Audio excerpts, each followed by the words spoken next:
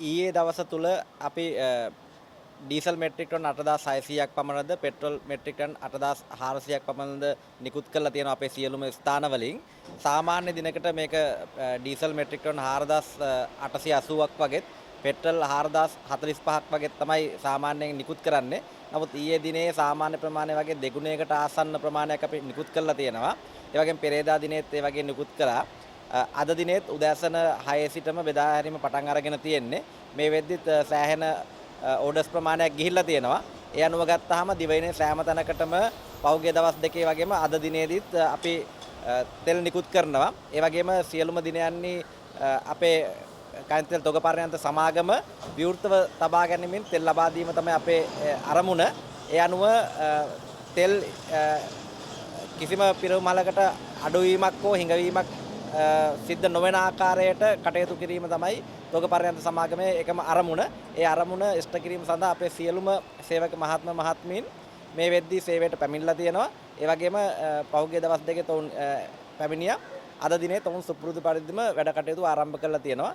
ඒ අනුව අපිට ජනතාවගෙන් ඉල්ලා සිටින තියෙන්නේ අනවශ්‍ය ලෙස තොග රැස් කිරීමක් හෝ පෝලිං වල සිටීමක් කරන්න ඕන නැහැ. මොකද තෙල් තොග නිතරම අවශ්‍ය ප්‍රමාණය නිකුත් කරමින් ඉන්නවා. ඔව් දැන් මේ කියන්නේ දැන් අපි දැක්කා පහුගිය දවස්වල තිබුණු දැන් පෝලිං මේනෝට ඉවර වෙලා තියෙනවා. ඇති ඒ කියන්නේ ජනතාව අනවශ්‍ය විදිහට කලබල වීම මත තමයි මේ තත්ත්වය ඇති වෙලා තියෙන්නේ කියලා රජයත් CPC එකත් නිතරම කිව්වා. දැන් මේක තවදුරටත් දැන් මේ මාසයක් කාලයක් වගේ තෙල් තියෙන්නේ. මේන් පස්සෙවත් මේ තත්ත්වය සමනයකට පත් කරනවා කියන තැන ඔබතුමාලා සාතිකය දෙන්න පුළුවන්ද?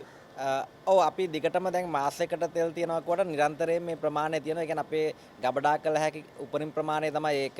එතකොට අපිට දැන් තවත් නැවක් මේ වෙද්දී බොර තෙල් නැවක් පිටත් වෙමින් තියෙනවා.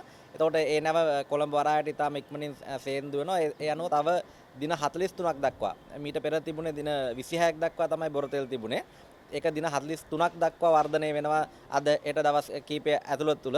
ඒ වගේම අපි මේ වෙද්දී ස්ථිර කරගෙන තියෙනවා වෙනත් ස්ථානවල. ඒ කියන්නේ අපිට සිංගප්පූරුවෙන් ඉන්දියාවෙන් සහ මැලේසියාවෙන් කොරියාවෙන් වගේ පැතිවලින් එන සියලුම නෞකාවල මේ වෙද්දි පිරවුම් සිද්ධ වෙන බවත් ඒ වගේ මේවා નિયમિત දිනට එන බවත් අහරු කරලා තියෙනවා. ඒ අනුව ගත්තාම කිසිදු හිඟයක් ඇති වෙන්නේ නැහැ. ඒ වගේම බොරතෙල් තොග තියෙන හින්දා කොහොමදත් අපි පිරිපහදුව සහ ඒ තොග තියෙන්නේ අපි සතුවමයි. ඒතකොට අපිට දිගින් දිගටම පෙට්‍රල් සහ ඩීසල් නිෂ්පාදනය කිරීමේ හැකියාවක් තියෙනවා.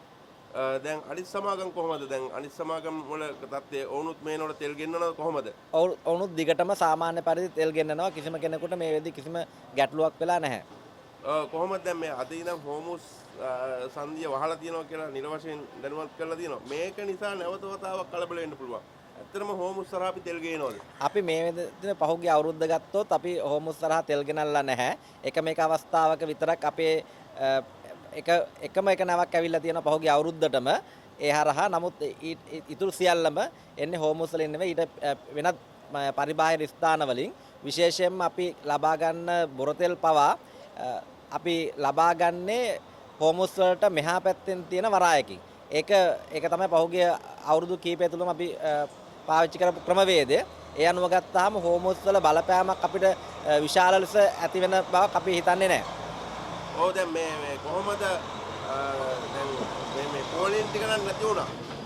නමුත් දැන් ජනතාවගේ මේ අනවශ්‍ය කලබලය යම් විදියක දැන් ඔබතුමාලා සාතිකය දෙනවා මේක වෙන්නේ නැහැ මේක මෙහෙම වෙන්නේ නැහැ කියලා. නමුත් ජාත්‍යන්තරයේ දෙල් පෝලිමක් හරි දැක්ක ගමන් ජනතාව පාරට ආවොත් මේක ඇත්තටම මේ ජාත්‍යන්තරයේ දැක්ක උනත් කලබල වෙන්න එපා කියලාද කියන්න තියෙන්නේ. ඔව් අපි හිතන්නේ එහෙම අපිට කලබල වීමේ ලොකු අවශ්‍යතාවයක් නැහැ. මොකද මම හිතන්නේ මීට කලිනුත් ඉරානයට පහර දීපු වෙලේ මේ විදිහම අවස්ථාවක් ආවා. ඔබට මතක ඇති මීට කලින් අවස්ථාවෙත් ඒ වගේ පෝලිං ගෑන ගතියක් තිබුණා. හැබැයි ජනතාවට මම හිතන්නේ මේ වෙද්දි අත්දැකීමක් තියෙන්න ඕන.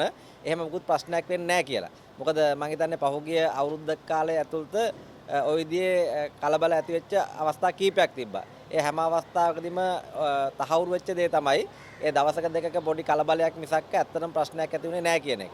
ඒ தත්ත්වය තහවුරු කරන්න කනිතෙල් නීතිගත සංස්ථාවත් ඒ වගේම කනිතෙල් තොග පර්යන්ත සමාගමත් සැදී පැහැදී ඉන්නවා. ඔවුන් නිරන්තරයෙන්ම මේ කියන්නේ ජනතාවගේ ඉන්ධන සැපයුම සහ අවශ්‍යතාවය සපුරාන්න සැදී පැහැදී ඉන්නවා.